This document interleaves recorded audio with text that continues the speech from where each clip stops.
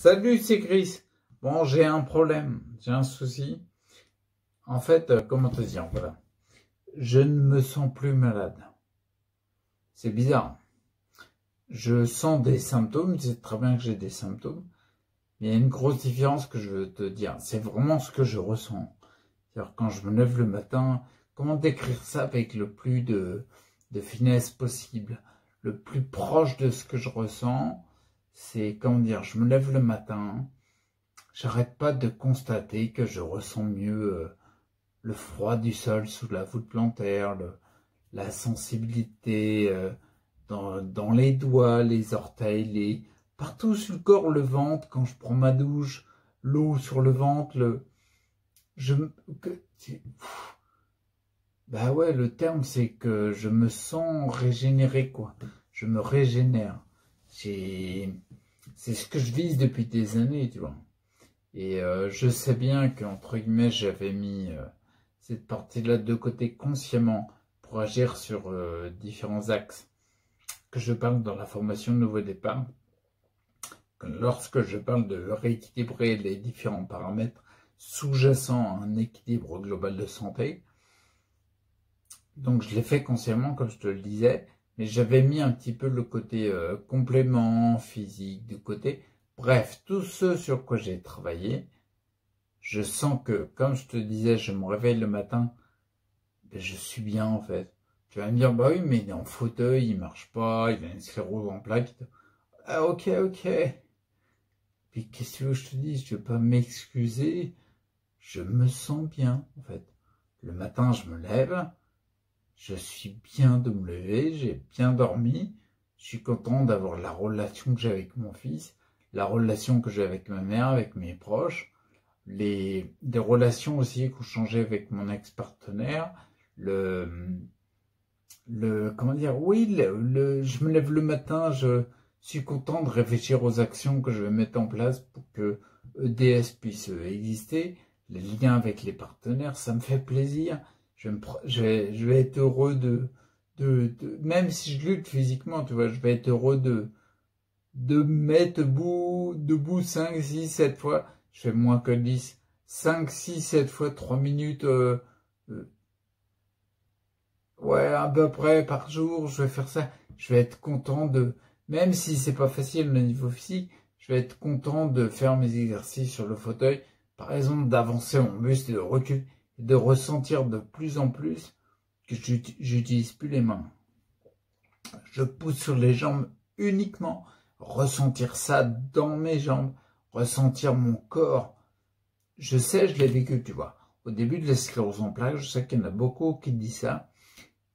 Tu ressens très rapidement le corps qui se dérobe. Il y répond plus, quoi. Tu veux, bien sûr, tu vois, tu veux te gratter l'œil, tu veux gratter le pif, tu te mets le doigt dans l'œil. On voit des tests au niveau neurologique, les tests que les neurologues font. Tu sais, ils prennent tes mains, puis ils les font bouger dans tous les sens. Il faut que tu retrouves ton nez. Ah, tu vas mettre un petit moment, quoi. Tu sens que le corps se dérobe. Par exemple, avec les membres fantômes. C'est horrible, ça. Enfin, en tout cas, vraiment, c'est un truc... non, c'est horrible. Il n'y a pas d'autre mot. Les membres fantômes, c'est par exemple moi, c'était le petit doigt et l'annulaire des deux mains. Bah, tu sens... En fait, tu les sens pas. Tu les sens pas du tout. Ils sont là. Ils n'ont pas été coupés, je crois. Mais tu les sens pas. Moi, ce truc-là, c'est pour ça que je dis, je sais ce que ça fait que de ressentir ça. Le corps qui se dérobe. Tu vois, tu peux avoir une jambe entière, tu sais pas où elle est, tu n'as pas conscience d'elle, elle n'est pas là, quoi. Et ben là, maintenant, je vis l'inverse. Je sais qu'il me reste du chemin, parce que la reconstruction se fait petit à petit, mais je vis l'inverse. Les membres fantômes, j'en ai plus. Ça fait partie des symptômes qui ont totalement disparu. Je n'ai plus du tout de membres fantômes. J'ai plus cette sensation-là. D'accord? Tiens, bah si, je l'ai eu cette nuit, pendant un peu de temps, mais par contre, je sais que lorsque j'ai ce symptôme, je sais pourquoi je l'ai. Et je sais comment je vais faire pour qu'il ne revienne pas tout de suite, tu vois. Parce que je sais que si je l'ai, c'est parce que je suis en train de faire des éléments de détoxification qui sont importants. Par exemple, en ce moment, j'appuie sur le système nerveux. Et en effet, lorsque je diminue pas le taux de toxines dans mes humeurs, les membres fantômes peuvent revenir, tu vois. Donc, si par exemple, je faisais, j'étais pas attentionné, pas focus pour baisser le taux de toxines dans les humeurs, eh ben, j'aurais les membres fantômes qui reviendraient. Je vis en ce moment le fait d'avoir ça qui disparaît. Au début de la sclérose, quand on diagnostique, beaucoup disent, en effet, je ressens que mon corps se dérobe. Moi, c'est l'inverse maintenant. Je sens que mon corps accroche de plus en plus. Il y a plusieurs mois, je l'avais dit par rapport aux sensations que j'avais dans les pieds. Je sentais que mon corps est OK pour refaire partie de mon être. Ça peut paraître bizarre comme phrase, mais c'est ce que je ressentais. Là, maintenant, c'est encore plus fort, quoi. C'est pas je le ressens qu'il est OK pour continuer. C'est que je le ressens se reconstruire. Je ressens... mes jambes, tu vois, par exemple, posées sur le sol, quand je suis assis sur le lit, j'ai toujours senti... non, je ne sentais pas grand-chose. Tu constates, tu vois que tes jambes sont dans cette position, mais tu le ressens pas. Par exemple, je me rappelle, c'est vieux, hein, mais quand je marchais encore, je n'étais pas en fauteuil. Une fois, j'étais tombé par terre, tu vois. Donc, j'ai remonté tant que je pouvais sur le clic-clac, parce que quand tu as les jambes qui bougent pas trop, c'est très dur. Et il y a un moment, je me rappelle encore, je ressentais la position de mes jambes. Je pensais qu'elles étaient d'une façon, en ressenti. Par contre, j'arrivais pas à me tourner. Je regarde, c'était complètement différent. Je sais plus comment c'était. Par exemple, je les ressentais croisées, puis elles étaient pour croiser, ou l'inverse, tu vois. Je sais plus comment. Mais bref, il y avait vraiment un fossé, un écart énorme, monumental, entre ce que tu ressens et ce qui est, quoi. Là, de plus en plus, comme je te disais tout à l'heure, quand je suis assis sur le lit et qu'il y a mes jambes qui sont au sol, plié assis comme n'importe qui, ben, je ressens mes jambes en fait. Je ressens plus les muscles des mollets. Là tu vois, je ressens le tibia, les quadriceps quand je pousse dessus. Ouais, ok, au niveau force musculaire, je suis pas Hercule, ça on est d'accord. Mais je m'en fous. Je ressens mes muscles, je les ressentais pas. Qui suait de plus. Donc c'est ça que je voulais te partager en fait. C'est, ben non, je me sens plus malade.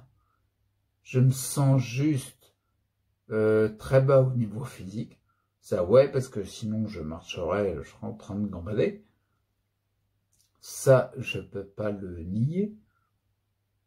Mais sans avoir de déni pour la maladie, ben non, je constate, et j'ai pas de déni. Celui qui croit que j'ai du déni, au niveau psychique, il a des petits efforts à faire parce que je suis complètement à l'opposé du déni. Bref, mais bah non, je suis obligé de constater, je peux pas nier. Là, par exemple, là, quand je te parle, je ressens plus mes mollets. Je ressens plus mes orteils. Oui, ça pourrait être mieux. Oui, le courtissement. Oui, il y a des fourmillements. Ouais, mais je m'en fous, il y en a moins qu'hier. Vu que je sens plus mes orteils. Il y en a moins qu'il y a 3 jours. Et quand tu arrives à donner une dynamique, on appelle ça un cercle vertueux, mais quand tu arrives à donner une dynamique par ton mode de vie, ouais, qui est, par exemple, tu ressens plus de choses qu'hier et moins que demain, ça veut dire que tu es en nette progression. C'est pas plus compliqué que ça. C'est ce qui se passe en ce moment pour moi.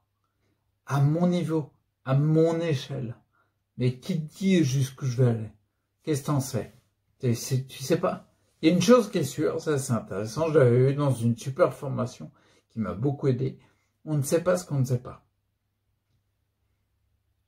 Tu sais, au fond, tu sais pas ce qui est possible ou non. Donc autant agir comme si c'était possible. De toute façon, tu sais pas. Donc autant le faire. Tu vois le truc? Et quand je te disais, pour finir la vidéo, je vais dire ça, quand je te disais j'ai agi sur plusieurs éléments, j'ai une conscience hallucinante sur le fait que le global de ce que tu appelles ta santé, dans le global, il est vraiment, comment dire, c'est une conséquence, cet équilibre global est une conséquence de l'équilibre des variables sous-jacentes. C'est-à-dire, en gros, tu as par exemple une dizaine de variables, une dizaine de paramètres. Quand ces 10 paramètres sont plus équilibrés, l'équilibre global de l'ensemble, ce que tu appelles ta santé de ton être, elle est équilibrée. D'accord? Un exemple pour faire simple. Imagine, par exemple, quelqu'un qui est pas trop en santé, qui est tout bien partout, alimentation, relations nickel, mais par exemple, qui a des conflits psycho-émotionnels très forts, globalement, il n'est pas trop en santé. Si, par exemple, quelqu'un est bien équilibré sur beaucoup de paramètres et que son alimentation c'est horrible, qu'il mange des trucs réellement délétères pour les organes de son corps, il ira forcément vers moins de santé. Tu vois ce que je veux dire? Et encore, des fois, je me suis rendu compte que on peut se permettre de pas être nickel. De toute façon, ça, le côté nickel, c'est un peu de la flûte. On est tous imparfaitement parfaitement imparfaits plutôt.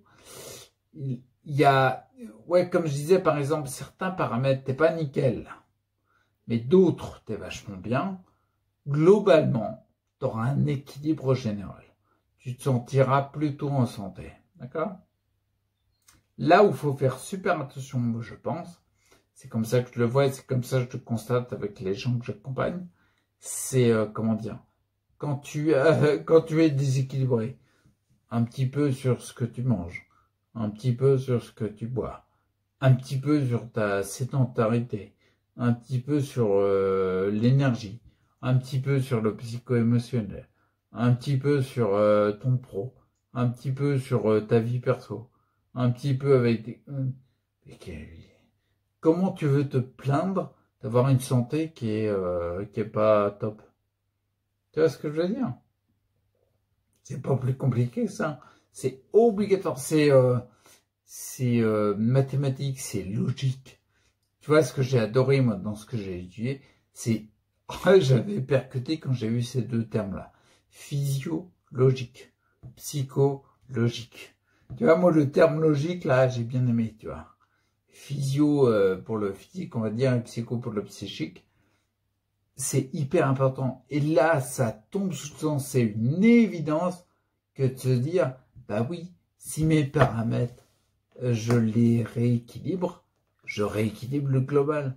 Donc, comme je te le disais tout à l'heure, moi, en effet, j'ai dit, tu vois, j'ai agi en conscience. J'ai lésé la dimension physiologique, complément, etc. Je me suis pas trop attardé dessus, surtout 2019-2020, pour des raisons conscientes. C'est-à-dire que je rééquilibrais des paramètres qui sont, à mon sens, importants pour ma santé globale. Par exemple, j'agissais sur le fait de pouvoir recréer un élément qui me met envie, qui me donne envie autant que ce que j'avais avant quand j'étais avec mon partenaire et mon fiston, tu vois. C'était un élément très important. Donc forcément, le fait de recréer, tu vois, quand on parle de EDS, Ensemble Direction Santé, là où je regroupe plusieurs thérapeutes pour que ensemble on puisse améliorer la santé des individus et du collectif, c'est un élément qui me tient à cœur, mais tu peux pas savoir à quel point. C'est au-delà de faire du pro, c'est au-delà de tout ça. C'est pour ça qu'il y a une énergie hallucinante, que je mets une énergie hallucinante tout le temps, tu vois. Cet élément-là, c'est un des paramètres hyper important à rééquilibrer pour moi, dans mon cas particulier, pour qu'il y ait un équilibre global de santé qui puisse se faire. Rééquilibrer, par exemple, la relation que j'avais avec ma mère, qui est complètement différente. J'insiste, c'est pas la relation, c'est pas la personne d'en face qui change, c'est la perception que tu as de la relation et ce que toi tu peux faire dans la relation pour positiver la relation. Alors, c'est très important. Parce qu'on va très vite à se dire, on a une relation de merde, c'est de la faute de l'autre. Attention, je pense pas que ce soit moi. Bref, le fait de restaurer la perception que j'avais de cette relation, c'est hyper important. J'ai passé un temps fou à bosser là-dessus. La relation que j'ai avec mon fils, c'est pareil. La relation que j'ai avec mon ex-partenaire, il y a toujours une relation, même si c'est genre, il y a un message tous les 6 mois, mais n'empêche qu'il y a encore une relation. Il y a forcément une relation parce qu'on a eu un fils ensemble. Donc il y a forcément une relation. Là, le fait d'apaiser ça, c'est jongler sur un des paramètres. Tu vois le truc? Donc bref, pour résumer cette vidéo où j'arrête pas de parler, non, je me sens plus malade. Je me sens en difficulté, c'est clair. Et je constate que tous les éléments en périphérie qui ont permis sur lesquels j'ai fait en sorte d'orienter, de mettre de l'énergie pour que ça aille dans le sens d'une reconstruction et de plus d'équilibre dans ma vie, ça se fait. Donc ouais, ok, ouais, j'ai des difficultés, mais c'est en cours, c'est en cours. Bref, je ne me sens plus malade. Et crois-moi bien, je vais finir vraiment là-dessus. Vraiment, je mets vraiment, parce que je l'ai dit tout à l'heure, c'est vachement bien de plus se sentir malade. Ton état d'esprit, le mindset est complètement différent. Je suis à des années-lumière de ce que je ressentais au diagnostic. Tu sais, quand tu prends le diagnostic, c'est une grosse claque dans la gueule. Et je me rappelle j'ai le visuel encore sur la plage. Je voyais mon fils qui était jeune, qui jouait dans la mer, que moi je pouvais pas aller jouer avec lui parce que je commençais à avoir des difficultés. Et puis là, je me suis dit, ça se trouve, tu verras pas les années qui viennent, quoi. Tu vois, parce que quand on va pas se mentir, quoi, la sclérose en plaques, on dit sur les sites officiels, ils disent on meurt pas de la sclérose en plaques. Oui, d'accord, mais n'empêche qu'il y a une classification des handicaps de la sclérose en plaques qui s'appelle l'échelle EDSS. Ça va de 0 à 10, et à 10, c'est marqué mort de la sclérose en plaques. Tu vois? Alors peut-être que tu meurs pas de la sclérose en plaques parce que tu meurs d'une conséquence du fait d'avoir des problèmes de respiration qui engendrent une mort. Donc c'est pas la sclérose en plaques, c'est la difficulté respiratoire. Moi je trouve que c'est un petit peu la sclérose en plaques. Quand tu dégénères, tu vas vers la mort. Il faut pas se mentir. Quand tu régénères, tu vas dans l'autre sens. Moi je préfère ça. Ok? Bon, je te laisse ça, je ne me sens plus malade et je te souhaite à fond de sentir ça. C'est trop bon, sa mère. C'est hyper bon. Ok? Reste acteur, il n'y a pas de secret. Si tu veux ça, faut rester acteur, faut passer à l'action. Allez, à plus. Ciao.